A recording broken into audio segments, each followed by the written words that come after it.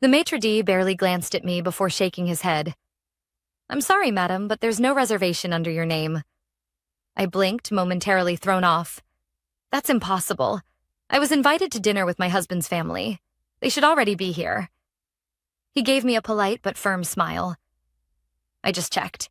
There's a reservation for 6 under Morgan Sinclair, but I'm afraid—" A sharp, familiar voice cut through the conversation. "Oh, Claire." Morgan's voice rang out, dripping with amusement. "Did you really think I'd include you in tonight's dinner?" I turned to see my mother-in-law standing just a few feet away, dressed in her usual designer ensemble, her platinum blonde hair perfectly styled. Seated behind her, my husband, Adam, sat stiffly, his gaze darting between us, clearly uncomfortable but saying nothing. Beside him, his sisters, Charlotte and Emma, whispered to each other, smirking. I felt my stomach twist, but I refused to let it show. "I don't understand," I said, my voice calm.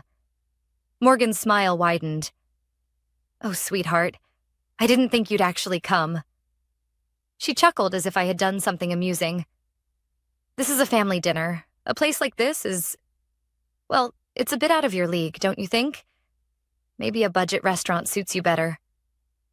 Charlotte snickered behind her wine glass. Emma avoided my gaze. "Adam..." He just sat there, gripping his fork. Silent. I felt the weight of humiliation settle in, the judgment in the air thick enough to choke on. Other guests were beginning to notice, their curious glances flicking toward the unfolding drama. I should have seen this coming. For years, Morgan had made it abundantly clear that I was never good enough for her son. I didn't come from old money like she did. I didn't attend prestigious schools. I wasn't born into their privileged world. From the moment Adam and I got engaged, Morgan had gone out of her way to remind me that I didn't belong. At first, it was subtle. The passive-aggressive comments about my simple tastes, the way she would conveniently forget to invite me to family events, the expensive gifts she would buy for Adam while giving me nothing but empty smiles. But tonight she had taken things to a whole new level. She had planned this. She had arranged for my husband's family to have a luxurious dinner at one of the most exclusive restaurants in the city, ensuring I would be left standing at the entrance like an unwanted outsider. And she was enjoying every second of it. The humiliation should have burned. I should have felt small. But instead, something inside me clicked. I smiled.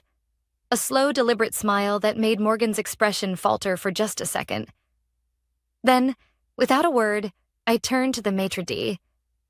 "Would you be so kind as to ask the owner to come out?" I asked, my voice smooth and confident. Morgan let out a laugh. "Oh, please.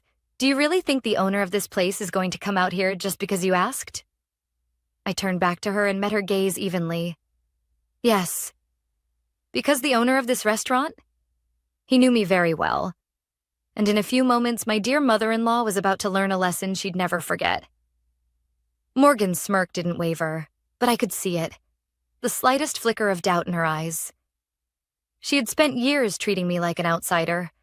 But tonight, she had escalated her little game into outright humiliation. And she had done it in front of my husband, his sisters, and a restaurant full of people. The air around us felt thick, heavy with anticipation as I stood my ground, refusing to let her win. The maître d' hesitated, clearly unsure whether to humor my request. But before he could respond, a deep voice cut through the tension. "Claire?" I turned just as Daniel Laurent, the owner of this exclusive establishment, stepped into view. A man in his early 50s, Daniel was the definition of refined elegance. Salt and pepper hair, a tailored suit, and the kind of confidence that came with owning one of the most sought-after restaurants in the city. Morgan's eyes widened slightly as she registered the way he looked at me. Not with dismissal, but with genuine warmth. "Daniel?" I greeted, my smile widening. "It's been a while." His gaze flickered over to Morgan, then to Adam and his sisters, before settling back on me. "It has. What brings you here tonight?" I gestured toward the table where my in-laws sat, their expressions shifting from amusement to something far more uncertain. Apparently, I wasn't included in the reservation, I said lightly. A bit of an oversight, wouldn't you say? Daniel's eyes darkened slightly, catching the unspoken subtext in my words. Then, just as quickly, a polite smile curved his lips. That won't do at all, Morgan scoffed, crossing her arms. Oh, please, do you really think this restaurant can just find a seat for her? This is a private dining establishment. You don't just walk in and expect a table. Daniel's expression remained unreadable. You're absolutely right, Mrs. Sinclair, he said smoothly. This restaurant does not accept last-minute walk-ins. I felt a pang of disappointment, but before I could respond, he turned toward the maître d'. But Claire is not a walk-in. She is family. The entire table froze. Charlotte's glass nearly slipped from her fingers. Emma's eyes darted between me and Daniel in shock. And Adam? His grip tightened on his silverware, but still he said nothing. Morgan, however, wasn't one to back down easily. She let out a disbelieving laugh. Family? Oh, this is rich. You must be mistaken. Claire is my son's wife, and I assure you she has no connections to— Actually, I interrupted smoothly. Daniel and I go way back. Morgan narrowed her eyes. How? I leaned forward slightly, my voice just loud enough for those at the nearby tables to overhear. Before I married Adam, I used to work in fine dining. And Daniel? He was my mentor. A stunned silence settled over the table. Morgan opened her mouth, likely to protest, but Daniel cut her off with a smile that didn't quite reach his eyes. Claire isn't just some former employee, he said calmly. She trained under me when she was fresh out of culinary school. I personally taught her everything she knows about hospitality and high-end service. She was one of the best students I ever had. Morgan's jaw tightened. This was not going how she had planned. I could see the realization settling in. The fact that, despite all of her efforts to belittle me, I had a past she knew nothing about. A past that now undermined her entire stunt. And I wasn't finished. I turned to the maître d', still standing awkwardly at his podium. I assume Daniel's word is good enough to find me a seat? The maître d' immediately straightened. Of course, Miss Claire. I'll have the staff prepare a table right away. Morgan's face turned a shade of red I had never seen before. This is ridiculous, she hissed under her breath. You're telling me she gets special treatment just because she used to work for you? Daniel chuckled. No, she gets special treatment because she earned it. The maître d' signaled for a waiter, who hurried over and began setting a place at their table, right next to Adam. Oh, I mused, feigning surprise. Looks like there's actually plenty of room after all. Morgan's fingers curled into fists against the tablecloth. This is absurd. I leaned in just slightly, lowering my voice so that only she could hear. What's absurd is that you thought you could humiliate me and get away with it. Her nostrils flared. You're being dramatic. I shrugged. I'm just enjoying dinner with my family. Isn't that what you wanted? Before she could snap back, Daniel patted my shoulder. I'll have the chef send over something special for you, Claire. Morgan nearly choked. Something special? Daniel smiled. On the house, of course. Morgan was seething now, but there was nothing she could do. Adam, still silent, reached for his drink. But I caught the flicker of something in his expression. Was it relief? Embarrassment? Shame? I wasn't sure. But what I did know was that this dinner had just begun. And Morgan Sinclair? She was going to regret ever thinking I could be dismissed so easily. The waiter placed a freshly polished silver plate in front of me, followed by an elegant amuse-bouche. Something delicate, artfully arranged and entirely complimentary, courtesy of Daniel. Morgan's expression? Pure unfiltered rage. Oh, I murmured, picking up my fork and slicing through the dish with practiced ease. This looks incredible. I took a bite, savoring it. Not just the taste, but the deliciously tense silence that followed. Across the table, Charlotte and Emma exchanged wary glances. Adam still hadn't said a word. choosing instead to stare at his wine glass as if it held the answers to his problems. Morgan, however, wasn't the type to accept defeat gracefully. She took a slow sip of her own wine before placing the glass down with a little too much force. "Well," she said, forcing a tight smile, "I suppose it's only natural that someone like you would know people in hospitality." I arched a brow. "Hospitality?" Morgan waved a hand, feigning politeness. "You know, service industries, waiting tables, kitchen work. Not exactly the kind of careers we're accustomed to in this family." Ah, there it was. The real reason she had orchestrated this entire charade. It wasn't just about excluding me from dinner. It was about reminding me, in front of everyone, that in her eyes, I was still just a woman who had worked her way up from nothing. I took another sip of wine before responding. "You say that like it's a bad thing." Morgan's eyes flickered with something, annoyance, maybe even a bit of surprise. She had expected me to be rattled, but I wasn't. Not anymore. "I simply meant," she continued, "that it must have been quite an adjustment for you, marrying into a family like ours." Her tone was light, but the words dripped with condescension. And Adam, still, said nothing. I turned my gaze to him, studying the way he refused to meet my eyes. And that's when it hit me. This wasn't just about his mother's cruelty. This was about his silence. Because this wasn't the first time Morgan had tried to humiliate me. It had happened at our wedding, when she conveniently forgot to invite my side of the family to the rehearsal dinner. It had happened at Christmas, when she gifted me a cookbook titled "Simple Recipes for the Clueless Wife" in front of an entire room of people. It had happened last summer, when she made a snide remark about how fortunate I was that Adam had taken a chance on me. And every single time, Adam had let it slide. And I had told myself it wasn't worth fighting over, that I didn't want to be the cause of conflict. But this was different. This wasn't just a passive-aggressive comment.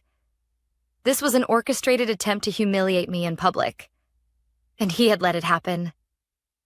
I set my wine glass down, the movement slow, deliberate. Then I leaned forward slightly, resting my elbows on the table. "Morgan," I said, my voice smooth, even. "Do you know what the difference is between you and me?" She tilted her head, curiosity flickering in her eyes despite herself. I smiled. "I worked for everything I have." A sharp, stunned silence fell over the table. Morgan's face hardened. "Excuse me?" I didn't blink. "You heard me?" I felt Charlotte stiffen beside her mother. Emma pressed her lips together as if suppressing a laugh. Morgan scoffed. "Are you trying to imply that I haven't worked for what I have?" I let the question hang in the air. And then, before she could formulate another condescending response, I added, "I didn't marry into wealth. I didn't inherit status. I built my career from the ground up. And yet," I gestured at the table. "Here we are, sitting at the same restaurant, eating the same food, with the same level of respect from the owner." Morgan's fingers curled around her napkin, knuckles white. Charlotte and Emma weren't laughing anymore. And Adam? He looked like he wanted to crawl under the table. For the first time since I had met Morgan, I saw something flicker across her face. Something she usually hid too well. It wasn't anger. It was fear.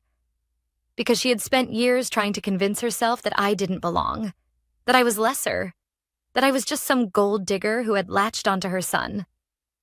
But now she was starting to realize the truth. And the truth was that I was not someone she could break. I picked up my fork, casually cutting into my dish again. "Oh, and Morgan?" She exhaled sharply through her nose, clearly furious that I had stolen control of the conversation. "What?" I smiled, slow and deliberate. "You should be careful about who you look down on." I speared a bite of food and placed it in my mouth, chewing slowly before adding, "You never know who might end up above you." The tension at the table was suffocating. Morgan, usually poised and in complete control, sat stone-faced, her fingers curled so tightly around her wineglass that I half expected it to shatter. Adam looked like he wanted to disappear into his seat. Charlotte and Emma were stealing glances at each other, clearly wondering if they should intervene. And me? I had never felt more certain of my place. I could see it in Morgan's expression, the way her carefully curated mask of superiority had cracked, even if just for a moment. She wasn't used to being challenged. She had built her power on people bending to her will, on people being too afraid or too polite to put her in her place. But I wasn't afraid of her anymore. Morgan took a slow breath, composing herself before placing her glass down with a soft but deliberate click. "I see," she said finally, her voice deceptively smooth. "I suppose I should commend you, Claire. You've managed to elevate yourself beyond your circumstances." I took another sip of my wine, not giving her the satisfaction of a reaction. "But tell me," she continued, her lips curving into a saccharine smile, "if you're so independent, so self-made, why is it that my son is the one paying for your lifestyle?" I paused. Charlotte let out a quiet gasp. Emma shifted uncomfortably. "And Adam?" Adam flinched. Morgan's smile sharpened. She could feel the eyes of the table on me now, waiting for a response. I set my glass down, my movements slow and deliberate. "What do you mean by that?" I asked, feigning confusion. Morgan leaned forward, dropping her voice to a mocking whisper.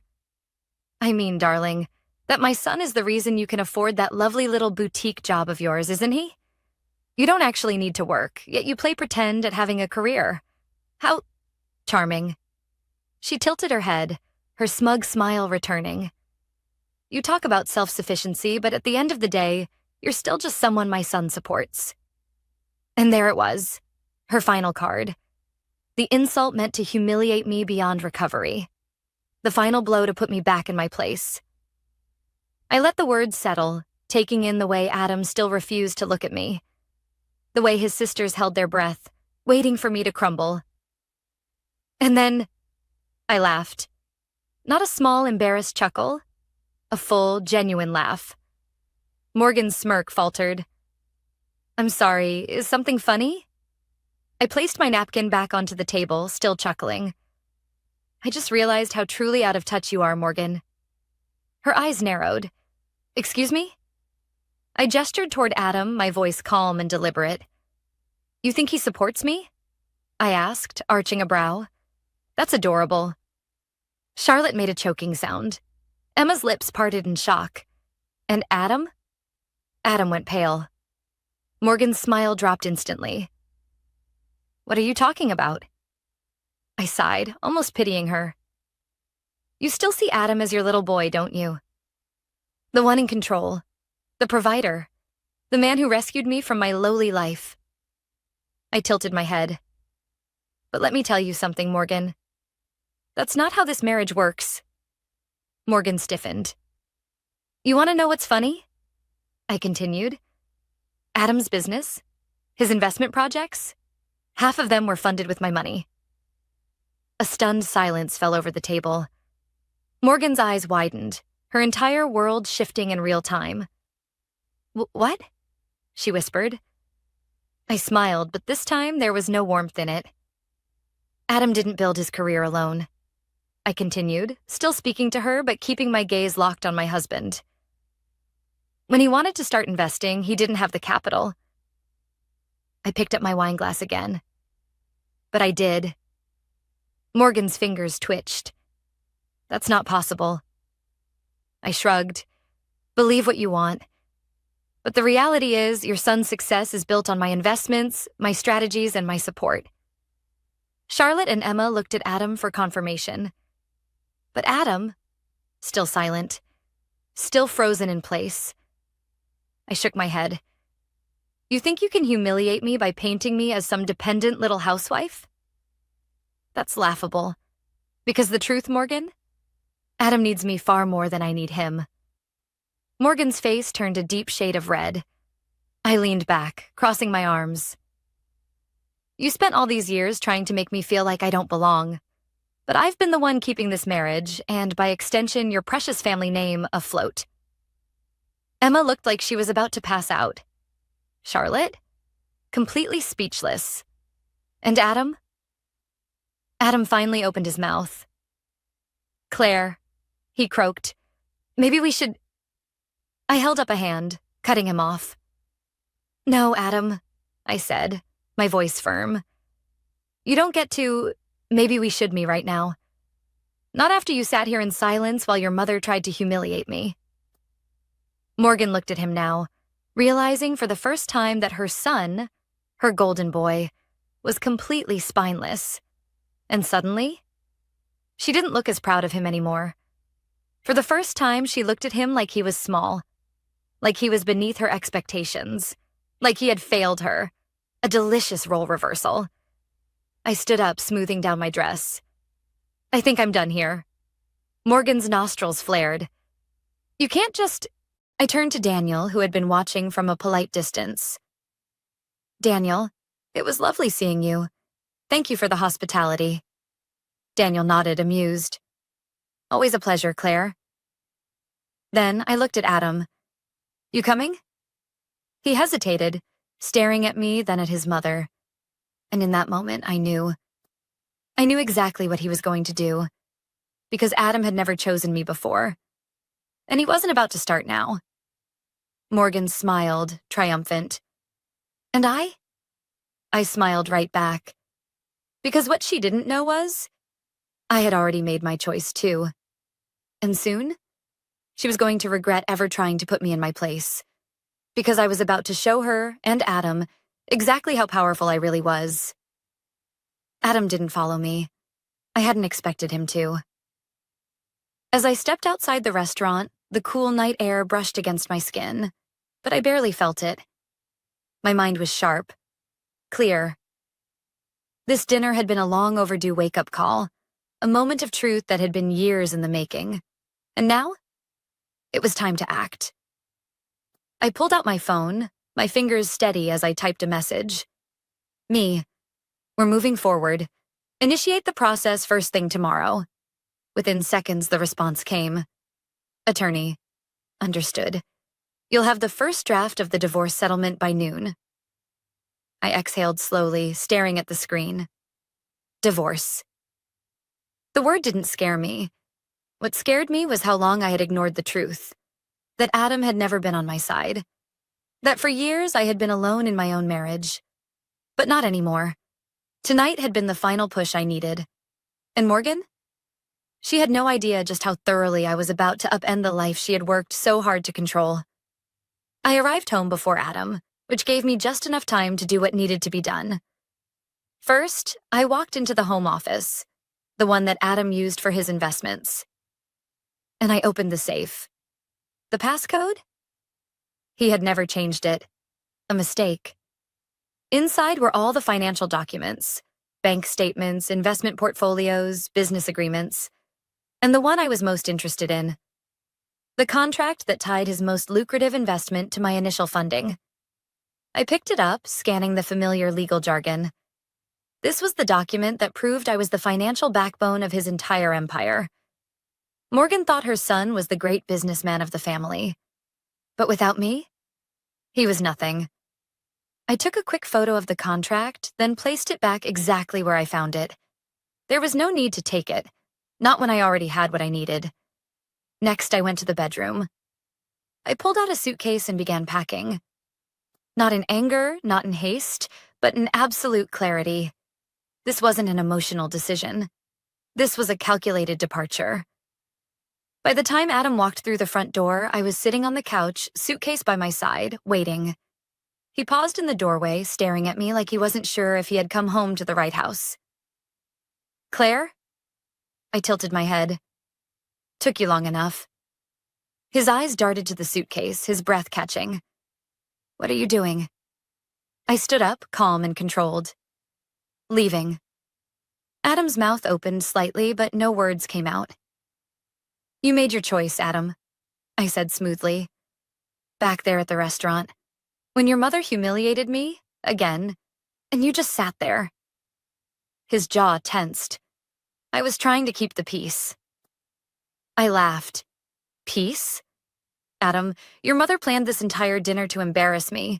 She booked a table and left me off the reservation on purpose. She insulted me. She tried to make me feel like I didn't belong. I stepped closer, watching him shrink slightly under my gaze. And you let her. Just like you always do. He rubbed the back of his neck, clearly flustered. It's complicated, Claire. You know how she is. I let out a breath. No, Adam. It's simple. You're weak. His eyes snapped to mine, offended. But it was the truth. You've spent our entire marriage letting your mother dictate how you treat me. I was patient, Adam. I gave you so many chances. But tonight? I shook my head. Tonight, I finally saw you for what you are. Adam swallowed hard. Claire, let's just talk about this. I sighed. That's the problem, Adam.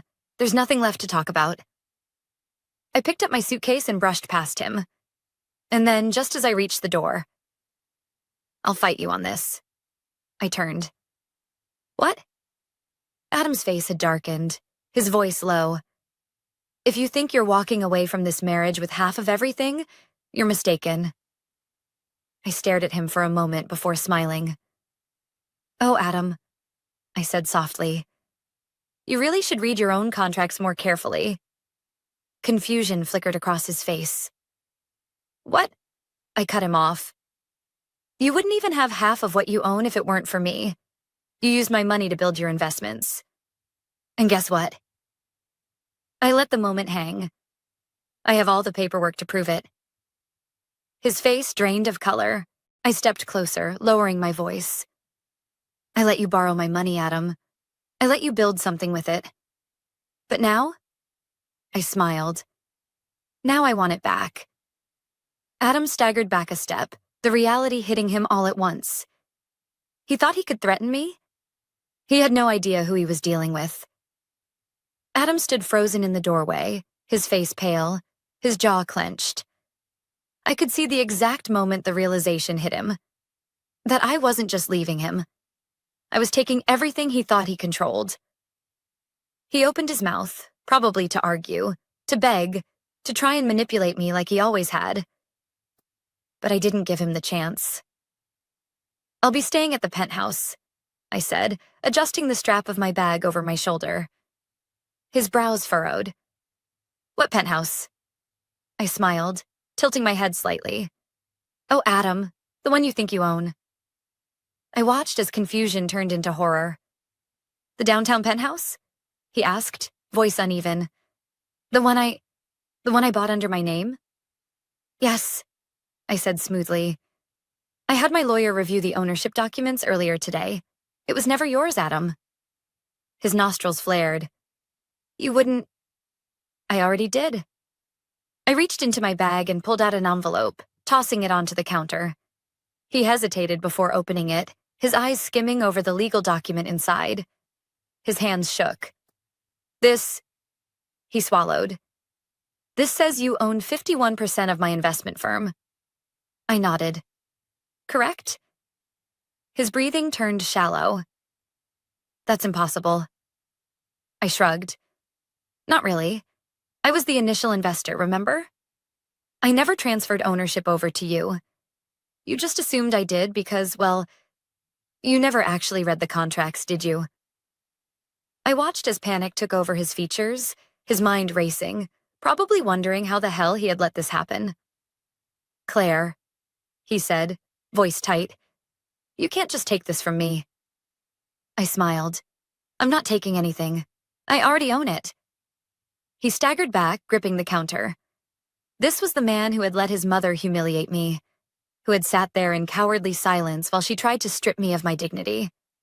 Now he was the one powerless. I don't understand, he muttered. Why? Why are you doing this?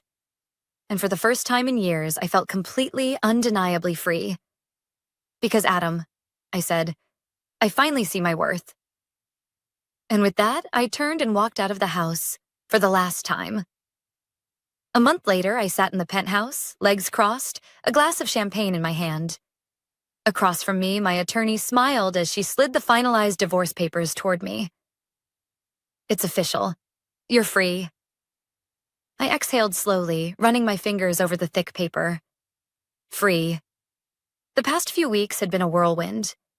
The legal battle? Short and brutal. Adam had tried to fight, of course. He had stormed into meetings, demanded a better deal, threatened to take me to court. But the moment my lawyers laid out the documents proving I was the true majority shareholder in his firm, his arrogance had collapsed. Morgan had tried to intervene.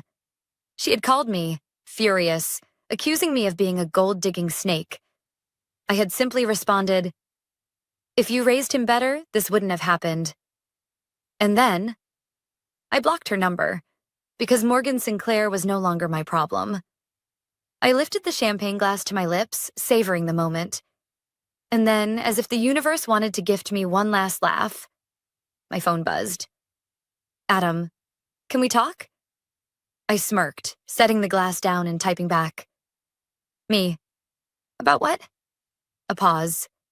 Then, "Adam, I don't know what to do." I exhaled, shaking my head. It was sad, really. For years, I had waited for Adam to show up for me, to be the man I thought I married.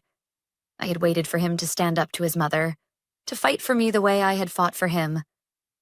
But now I saw him for exactly what he was. A man who had spent his life hiding behind the power of others, too weak to build anything on his own. And the irony? He needed me now more than ever. But I didn't need him at all. I typed one final message. Me. That's not my problem anymore. Then I blocked his number too, because for the first time in my life, I was choosing myself. And that was the most powerful thing I had ever done.